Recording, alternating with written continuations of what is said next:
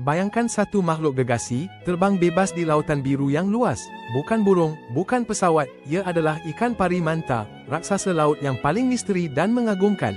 Dengan sayapnya yang lebar, ia meluncur anggun umpama penari bele di tengah samudera, siap sedia untuk menyelami rahsia yang tersembunyi. Walaupun saiznya boleh mencecah 7 meter, membuatkan kita rasa gerun, tapi sebenarnya ia cuma makan benda halus yang kita tak nampak pun, iaitu plankton. Dengan mulut tenganga luas, ia tapis ribuan liter air setiap jam. Ini tunjuk betapa pentingnya ia dalam ekosistem laut.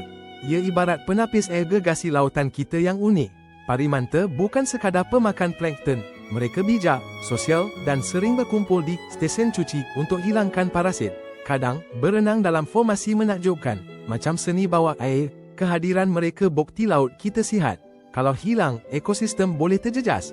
Jadi, marilah kita lindungi permata lautan ini bersama.